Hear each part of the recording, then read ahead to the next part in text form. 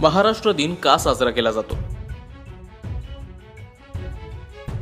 1 मे 1960 रोजी संयुक्त महाराष्ट्र राज्याची निर्मिती झाल्यामुळे आजचा दिवस महाराष्ट्र दिन म्हणून साजरा केला जातो.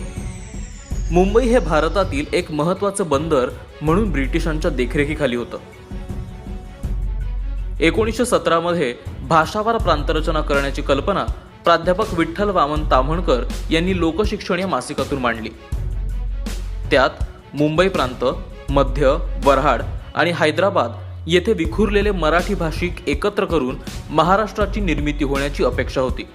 12 मे 1946 रोजी मराठी साहित्य संमेलनात संयुक्त महाराष्ट्रासंबंधीचा ठराव मांडण्यात आला. शंकरराव देव यांच्या अध्यक्षतेखाली या मागणीला चालना देण्यासाठी लगेचच सर्वपक्षीय महाराष्ट्र एकीकरण परिषद भरवण्यात आली. परंतु दार समिती व JVP समिती यांनी भाषावार